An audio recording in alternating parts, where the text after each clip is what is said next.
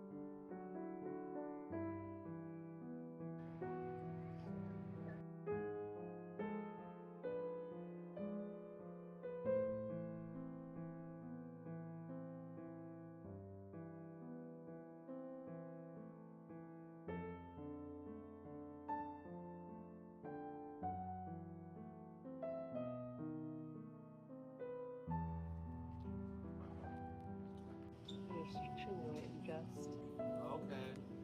Got it. Sweet. Take that one. Ooh.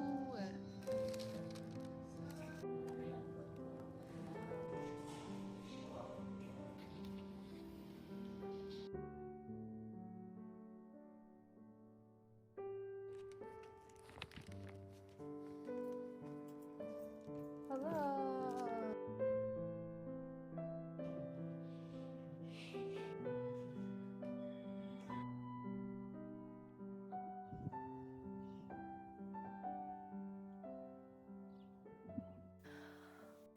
We are home. We just finished school drop off. So it was actually a really good morning. So I'm pretty happy about that. I guess for the rest of the day, because we're going to pick up our son a few minutes early from school, that because he has occupational therapy, it's going to take out like an hour or two from our day, especially on top of commuting. And I'll probably just end up working heads down the whole day. We're pretty much near the end of a project, so we're just wrapping a lot of things up, and so I'm pretty excited about that. But it's been a pretty tough last 6 months almost, and I was hoping to film some some clothes that I'm wearing for like my day of white martyrdom. Today I'm actually wearing like a black, just a black top and a white skirt, and also like another cardigan on top. Like this. But because of the occupational therapy, that's going to take a lot of time out of our day. I'm just going to do that for another day, maybe on Wednesday. So pretty much try to film on the days that I'm not in office when I get like a little pocket of time. So more on that as I get more time. And this is the first time when we're going to occupational therapy. So on a weekly basis. So that will be different. That will be new for us to figure out this new schedule. And then let's see. There was an interesting thing that I noticed with my sons on the way with school drop off and everything. And that was, I noticed that my youngest son is extremely independent. And I also noticed that, my oldest son, they were playing in the morning and they would be fighting a lot because the youngest son would break his toys and the oldest son would like yell at us to fix something or do it for us. And I thought a lot of it is just him being bossy or helpless, and when things like that happens, I noticed my husband notices that he has a very strong sense of justice. So when he feels wronged, he wants to kind of like outsource the work that he did to someone else. So to me, I was like a little bit concerned, like about his resilience, and if he about his resilience really, because for me, when those situations happen, I'll be pretty mad, but I would just fix it myself. I'm one of those people like I like to just get everything done on my own. That's just how I've always been. I always feel like I can just do everything very fast, very in the way that I want it done. But for my oldest son, he just gets frustrated. Something bad happens, something wrong that he didn't do. He wants that someone or that person to fix it. So that was lots of things to navigate there. And then I was wondering, like, is this something that people are born with? Like some people who are more independent, more self-sufficient, and then others who are not. And then I've been learning about the temperaments because apparently that's a Catholic approved way of learning about people's personalities and stuff, as opposed to like Myers-Briggs or MBTI and Enneagram, which is what I used to learn a lot about when I was in college. So I went and asked Gemini about all that, and it gave me a lot of good insight because I think my oldest son is a melancholic choleric. So so I learned from that a lot of that is him um the way he's approaching that is that it has an ideal vision of how something is, and then he can get it done obviously because he does do the work in the beginning, but then when something happens that will like destroy that vision or get in the way of it, then he I think his emotions are like overwhelming for him, and it's kind of like a system crash. So he will just start to offload tasks to other people because he knows that they can get it done for him, or he wants someone else to get it done because he wants that vision to be preserved and to be restored. So I thought that was really interesting when Gemini brought that up because I was like, yeah, my perspective of it is very different, and kind of using AI to help navigate that is very helps to see it in a different light. Obviously, you don't want to be too reliant on that, and I kind of just like take it for what it is, and rather than and then if I do have more questions, then I'll look into it. But it does help me to kind of better understand him. So I think that's like a decent way of using AI to help you understand things quickly. But obviously, you do want to do research as well. So on the side, I kind of like if I have a little bit of time, I'd like to learn more about the temperaments as well. So So there's that. And then my husband and I were talking because we're trying to figure out the school situation for the kids, for my oldest son, because the drop off, the school drop off that we did, and I love the view of the morning drop off, but we actually have a school that we're really close to, and I was like, oh well,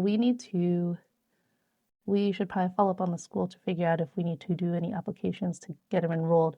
And my husband called and just came up a few minutes ago and he said that our kid is already enrolled and that the school had done everything for us already. So again, really impressive how fast and efficient the public school system is. They really like want to do they really do everything for us, which was night and day from our experience with the previous school that my son went to where he had got removed, because I was just talking, or my husband also brought up, he's like, hey, have you been keeping up with your mom's group from the other school? And I was like, oh, not really. And I think they're pretty busy because I just remember they have a lot of activities that the parents are involved with at the Catholic school. And to me, I just felt like a lot. And it just also felt there was a lot of drama. And I kind of feel okay that we're not part of that anymore. And now I can just focus on the kids going to school and us picking them up and focusing on the children rather than having to worry about being on the board of some event and managing and planning it and delegating it out to all the parents.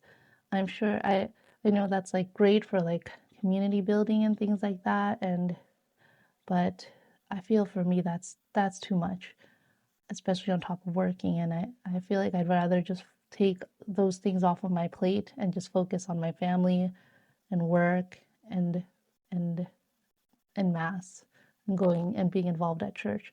So so it's great that the public school did all of that. It's like one less thing we have to worry about. So Hopefully, my oldest son will transition fine, but I think he will because I've been telling him that when I was growing up, I moved to like 4 or 5 different elementary schools because we kept moving from San Diego to San Francisco to Southern California. So I went to a lot of different elementary schools, and I told him it's normal.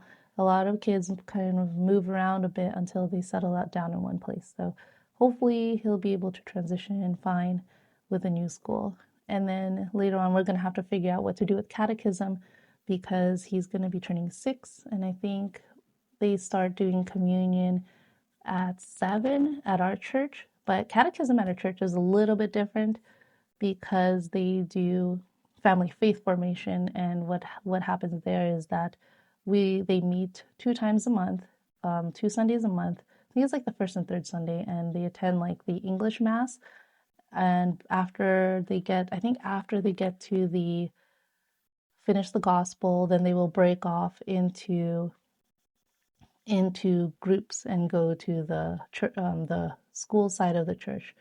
The church used to be a school before, but they're no longer a school. But yeah, so all the families that are doing catechism will go together, and they'll be breaking off into age groups. And even the parents have a catechism portion too that they learn together. So they all learn age appropriate catechisms with children their age and parents as well. And then what my understanding from what I talked to the lady who's in charge of it is the families will get activity packets to do until the next meeting. So it feels like this way of catechism is kind of like a homeschool approach, and it's more involving the entire family and helping us learn and bring the liturgy back into our homes. So I think that would be really interesting, and I'm pretty excited about that whenever our family feels like we're ready to join. I think they start enrollment even as soon as preschool, like 4 or 5 years old. But during that time, we were really busy and like our plate was full. So I think after my husband gets baptized or finishes his OCIA and is finally a member of the church, then him being done with OCIA will take one weekly obligation off of our schedule and give us more time we can just focus on bringing the rest of our family to the catechism at church. It's kind of all panning out very well, and I'm very grateful. But more discussion on that.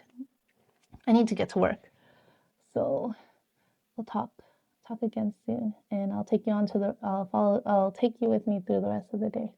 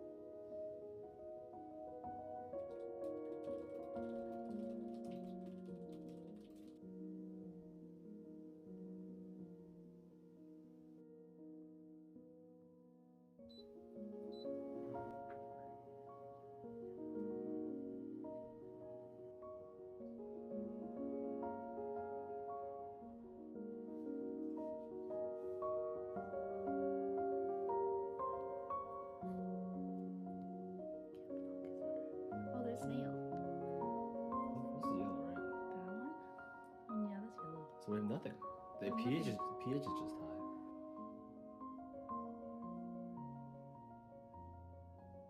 She learned from the last.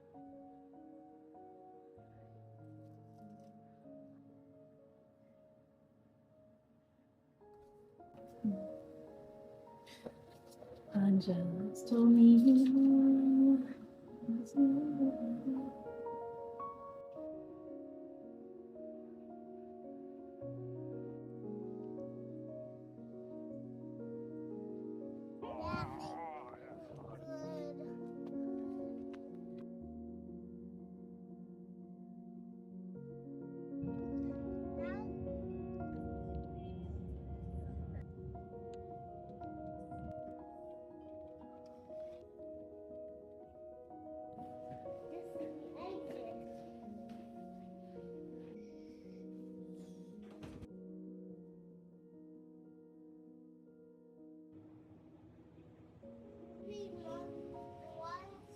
So sad.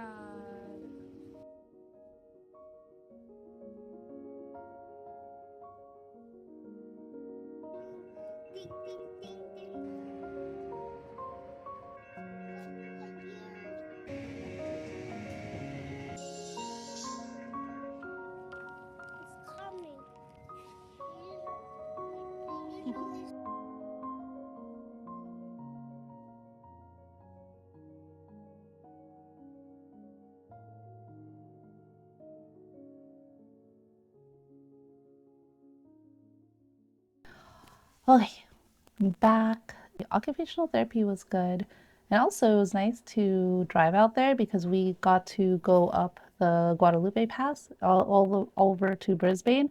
And I had never been there before. That was my first time ever seeing it. So it had really nice views of the bay and also like the planes flying. And it just feels like Brisbane is, if Brisbane kind of reminds me of Sausalito because it's overlooking, it's like a hillside city overlooking the bay. So that was really cool to see. And occupational therapy was good. There's a lot of, what did he do today? But yeah, occupational therapy was good. He was doing a little bit of play sand therapy, and then also used some animals to play in there. Afterwards, he was just doing a lot of work in their little play gym, which has a lot of little jumping, soft structures that they can climb and slide down and run on and things like that and crawl on. I really like occupational therapy because I feel like I learn a lot of approaches to be also a better parent.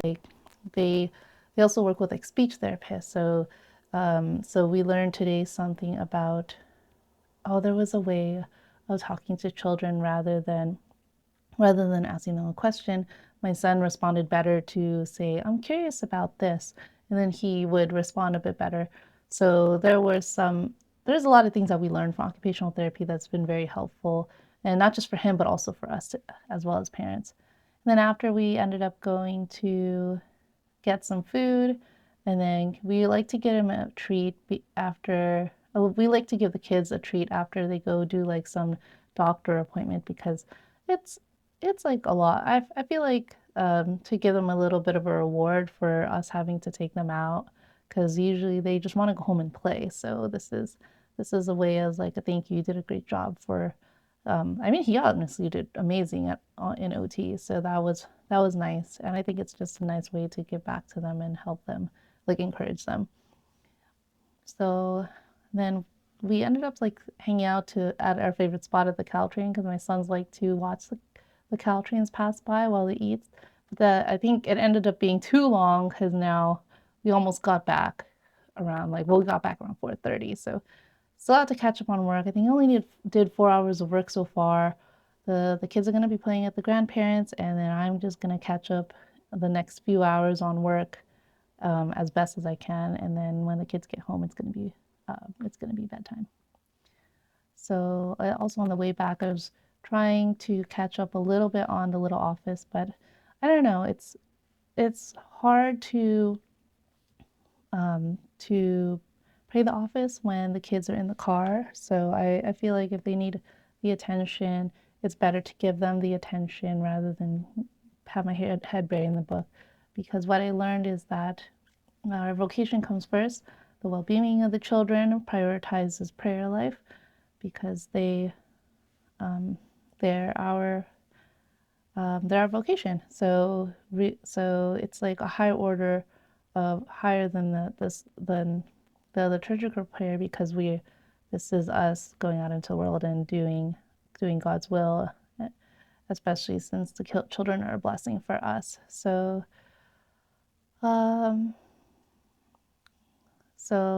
yeah, I think sometimes I find it very difficult to even keep up with the little office, especially when we're out or when kids are present because the children do have to take priority over prayer.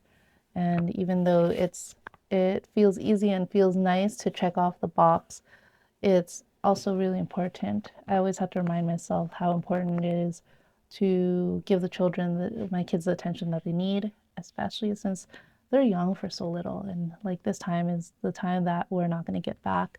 And I always keep thinking that, like, as my son, he kept wanting me to carry him during mass on Sunday, my oldest son. And I just remember, like, oh, he's so big now. And before, I used to be so little and just be able to hold him and have him rest his head on my shoulder. And I even saw another parent walking their child who was asleep in the arms when they were leaving the school, taking the kid back home from school. And I was just like, I realized I'm definitely going to miss these days. So I'm going to get back to work. Yeah, wish me luck. I think so. Yeah, it does get into it. The part that hurts? After work, I took some time for self-care until the kids came home, and I spent the rest of the day with them until their bedtime. How about this one? Chocolate. Bless you.